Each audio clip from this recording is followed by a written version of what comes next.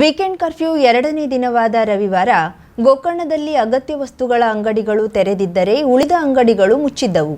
ಅಂಕೋಲದಲ್ಲಿ ಮೀನು ಸೇರಿದಂತೆ ಇನ್ನಿತರ ವಸ್ತುಗಳ ಖರೀದಿಗೆ ಮಾರುಕಟ್ಟೆಗೆ ಜನ ಬಂದಿರುವುದು ಕಂಡುಬಂತು.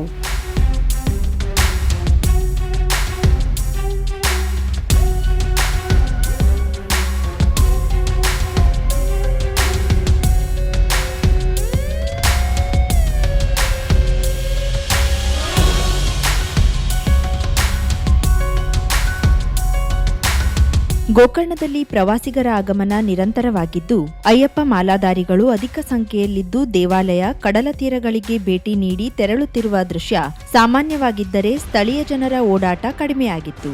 ಆದರೆ ಕಡಲ ತೀರದಲ್ಲಿ ಪ್ರವಾಸಿಗರ ತಿರುಗಾಟ ಮುಂದುವರೆದಿದ್ದು, ಬಸ್ ಸಂಚಾರ ಎಂದಿನಂತೆ ಇದ್ದರೂ ಪ್ರಯಾಣಿಕರಿಲ್ಲದೆ ಬಿಕೋ ಎನ್ನುತ್ತಿತ್ತು. ಪೊಲೀಸ್ ಬಂದೋಬಸ್ತು ಎಲ್ಲೆಡೆ ಇದ್ದು ಅನಗತ್ಯ ತಿರುಗಾಡುವವರ ಮೇಲೆ ನಿಗಾ ಇಡಲಾಗಿತ್ತು. ಒಟ್ಟಾರೆ ಸ್ಥಳೀಯರಿಗೆ ಸಜಾ, ಪ್ರವಾಸಿಗರ ಮಜವಾಗಿದ್ದು, ದಿನಸಿ ಔಷಧಿ ಅಂಗಡಿಗಳಿಗೆ ಜನ ಬಂದು ವ್ಯಾಪಾರದಲ್ಲಿ ತೊಡಗಿದರೆ ಕೊರೋನಾ ಬರುವುದಿಲ್ಲ. ಆದರೆ ಉಳಿದ ಅಂಗಡಿಗೆ ಬಂದರೆ ಮಾತ್ರ ಕೊರೋನಾ ಬರುತ್ತದೆಯೇ ಎಂದು ಜನರು ಆಡಿಕೊಳ್ಳುತ್ತಿದ್ದರು.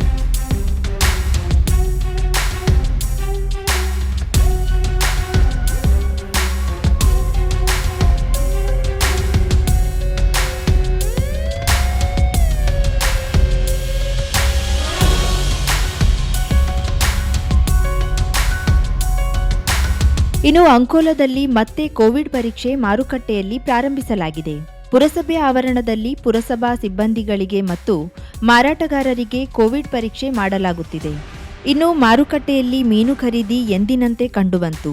ತರಕಾರಿ, ಹಾಲು, ಹಣ್ಣು, ಮೀನು, ಇತರೆ ದಿನಸಿ ಮಾರಾಟವೂ ನಡೆದಿತ್ತು.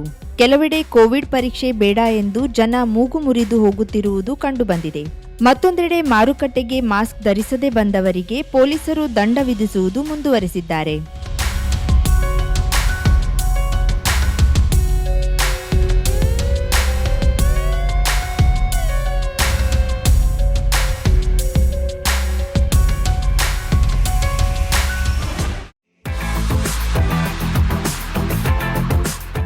ಶ್ರೀ ಗಣೇಶ್ ಬೋರ್ವೆಲ್ಸ್ ಅನುಭವಿ ಕೆಲಸಗಾರರಿಂದ ಉತ್ತಮ ರೀತಿಯಲ್ಲಿ ನಿಮ್ಮ ಹೊಲಗದ್ದೆಗಳಲ್ಲಿ 6.5 ಇಂಚಿನ ಮತ್ತು 4.5, 5, 6.5 ಇಂಚಿನ ಇನ್ವೆಲ್ ಬೋರ್ವೆಲ್ಗಳನ್ನು ಸಮಯಕ್ಕೆ ಸರಿಯಾಗಿ ಕೊರೆಯಿಸಿಕೊಡಲಾಗುವುದು.